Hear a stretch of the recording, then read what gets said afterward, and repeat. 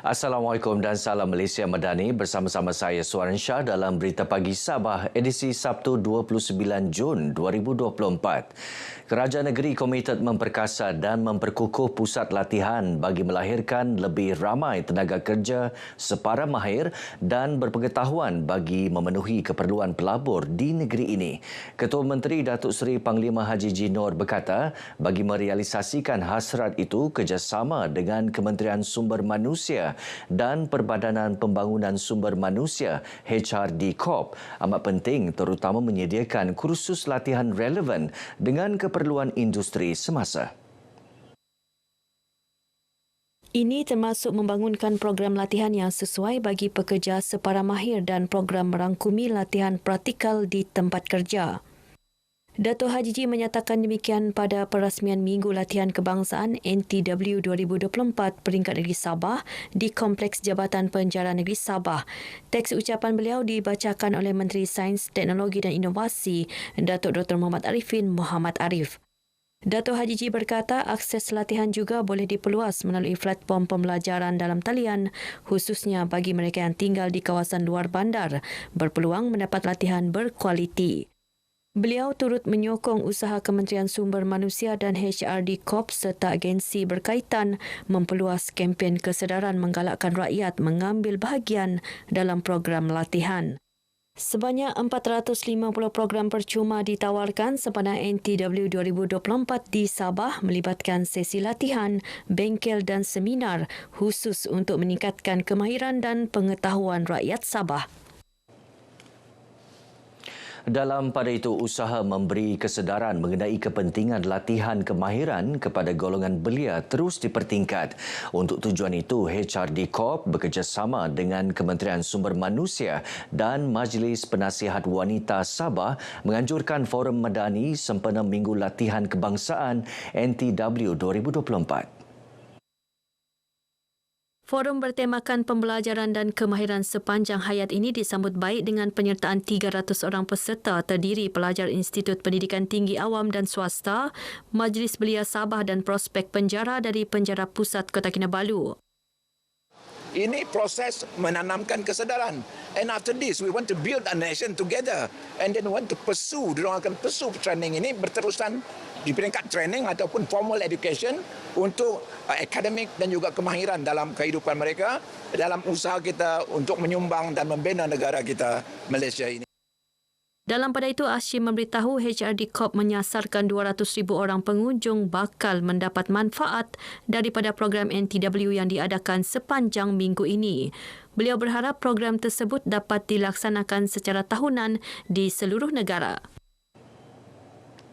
Bekalan air di Universiti Malaysia Sabah UMS dilapor semakin stabil selepas Jabatan Air Negeri Sabah menggiatkan operasi pemotongan paip haram di beberapa lokasi penempatan setinggan di Sepanggar. Timbalan Ketua Menteri Datuk Syahilmi Yahya bagaimanapun berkata pemantauan terus dilakukan bagi memastikan masalah bekalan air di universiti itu tidak berulang. Penyambungan paip secara haram itu dikenal pasti antara punca gangguan bekalan air dihadapi UMS dan kawasan sekitarnya. Lepas pemotongan dibuat, dalam beberapa jangka waktu akan terus dibuat sambungan semula. Jadi inilah antara cabaran-cabaran yang kita hadapi dan kita mencari mekanisme bagaimana untuk mengurangkan dan meminimalkannya.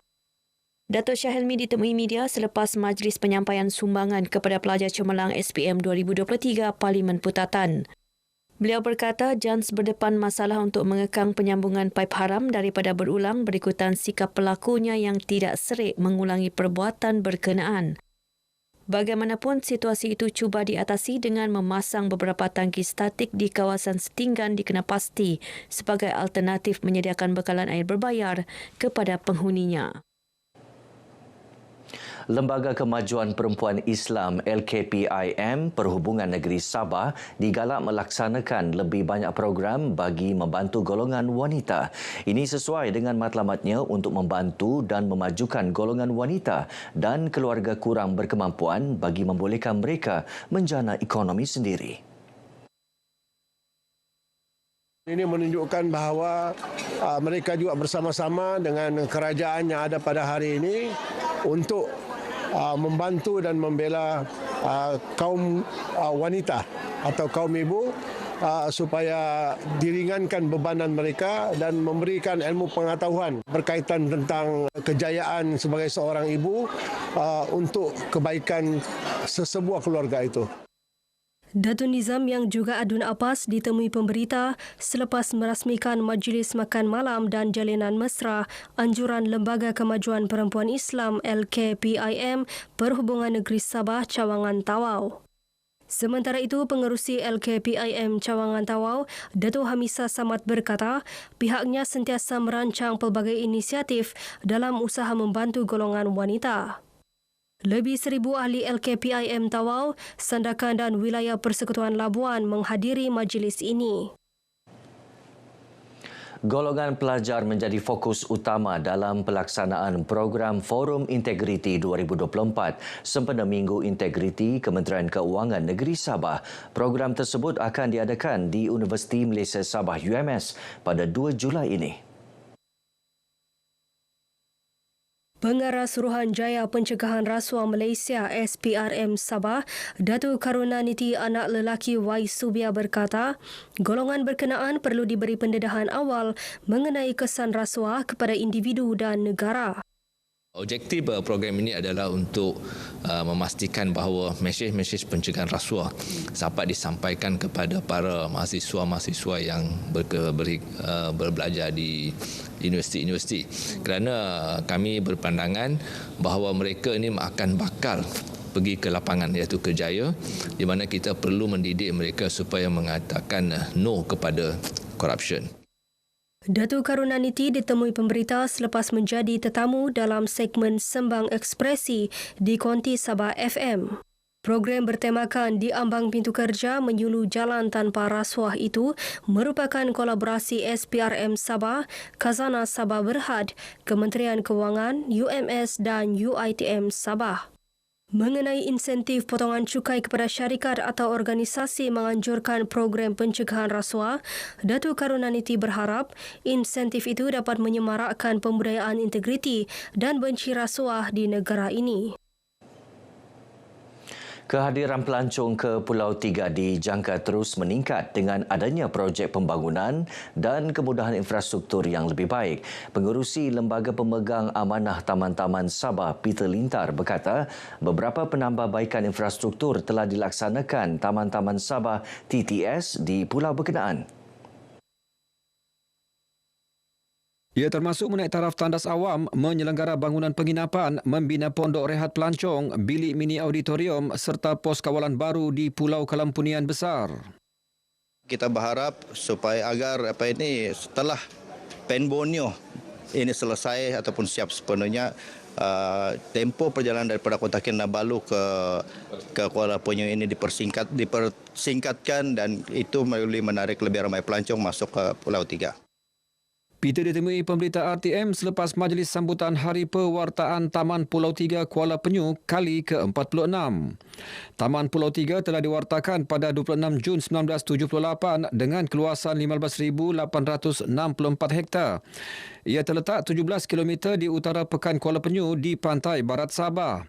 Taman Pulau Tiga terdiri Pulau Tiga, Pulau Kalampunian Besar dan Pulau Kalampunian Damit. Pekan Beaufort berpotensi untuk dimajukan sebagai destinasi pelancongan negeri. Pegawai Daerah Beaufort Muhammad Nazri Ajun berkata pekan tertua itu terkenal dengan pembinaan landasan kereta api serta rumah kedai bersejarah di pedalaman Sabah yang dibina syarikat berpiagam Borneo Utara British. Selain itu, terdapat beberapa destinasi bersejarah dan pelancongan termasuk Tugu Peringatan Star Civic, Kota Klias River Cruise dan Taman Payabaka Western. Muhammad Nazri menyatakan demikian ketika berucap dalam majlis lawatan amal isteri yang di Pertuan Negeri, Toh Puan Nurlidah Tan Sri RM Jasni ke Beaufort. Lawatan sempena ulang tahun keputeraan yang di Pertuan Agong Peringkat Negeri Sabah 2024 ini bertujuan meraihkan golongan kurang upaya dan kanak-kanak daif. Turut disampaikan sumbangan kepada 105 kanak-kanak. Baik, paparan itu mengakhiri Berita Pagi Sabah kali ini. Menyusul selepas ini Berita Pagi Sarawak. Dari sungai hingga segara, Palestin pasti merdeka.